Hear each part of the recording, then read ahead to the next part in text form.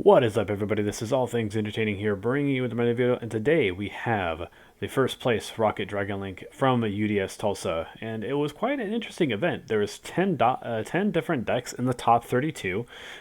Two of them were Mystic Mind decks, and they ended up burning out at around at the top 32. Maybe if they post their deck lists online, maybe I'll get that to you guys so you guys can just start playing your degenerate Mystic Mind strategies and stuff like that. But this one is kind of interesting. Like I said, this is the first place Rokket Dragon Link deck. It went 15-0, and it is kind of interesting because it is relatively cheap. You don't really need to play the Lightning Storms, and the most expensive cards here are the Borrelod Savage Dragons, and the Striker Dragons, which are kind of going up in price right now. But as terms as budget is concerned, this is going to be one of your cheapest decks currently available to you. But that might not actually be the case after this weekend, since it did just get first place. But anyway, we're just procrastinating here. We should just jump right into the deck list here.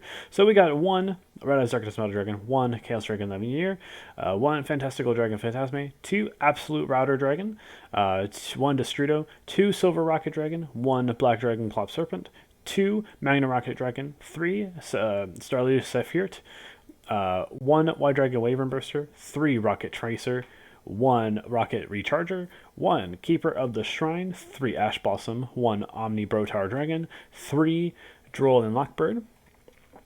And now the deck is just basically your typical, Dragon Link strategy that we've seen time and time again.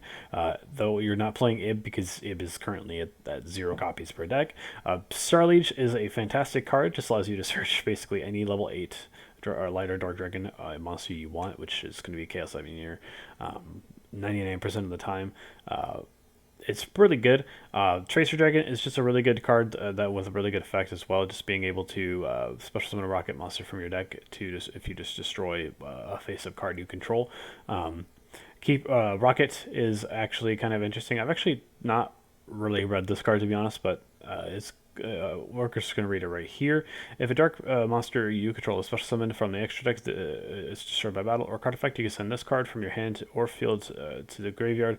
Then target one of those destroyed monsters, special summon one dark monster from your graveyard with a different original name than the targeted monster. So it's just basically just an added extender, or just a way of recouping some of your losses if one of your dark monsters just gets destroyed.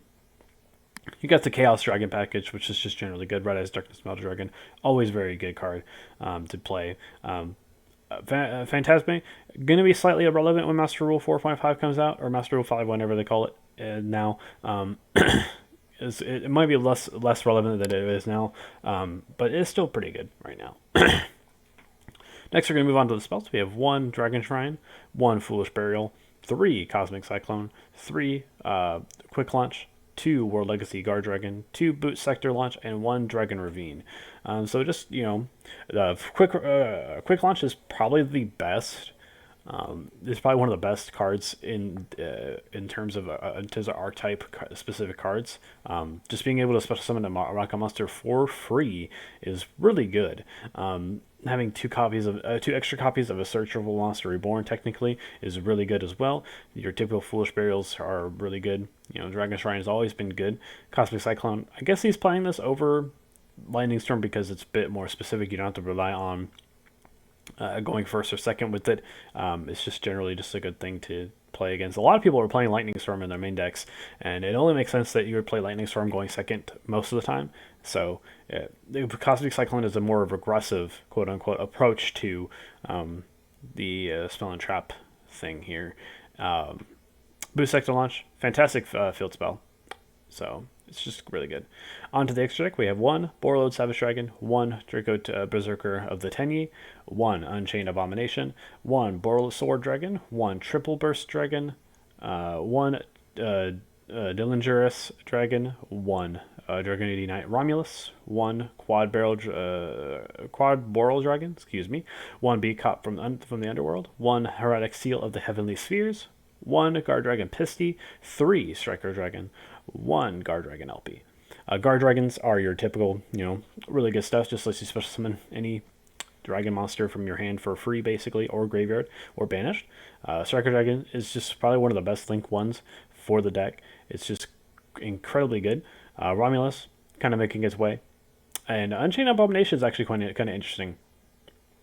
It's not like your typical Link Ford that we've seen. You know, this deck is not running Appaloosa. This deck is not running, you know, any other big Link fours like Borreload Dragon even. It's just really good. It You could target a card on the field and then destroy it, and then when this card is when another monster is destroyed by battle, you can target one card on the field and then destroy it. And then during the end phase, you can also it basically just pops 3 cards for no reason. It's pretty good. Berserker, great negate. It's just a really good card in general. Now onto the side deck, we have 2 Nibiru, 1 Starliege Dragon Archfiend, 3 Lightning Storm, 2 Dark World No More, 3 Evenly Matched, 2 Anti-Spell, 1 Imperial Order, and 1 Red Reboot. Anti-Spell was actually kind of an interesting thing because I think we are in a little bit more of a spell-heavy format. It is kind of a way to stop your opponent from playing stuff like Lightning Storm. And it is kind of a way to kind of stop your opponent from playing like Mystic Mine and stuff like that. So forcing your opponent to set cards is going to be kind of interesting. There is definitely a really spicy choice. Evenly, we've been seeing this thing throughout the past couple of weeks. It's one of the best cards in the game right now. Dark World No More, still actually bumping up to be pretty good. This card was sort of on the back burner for a little bit, and now it's actually kind of making its way into the forefront of your experience, into your deck lists, because it's actually very good.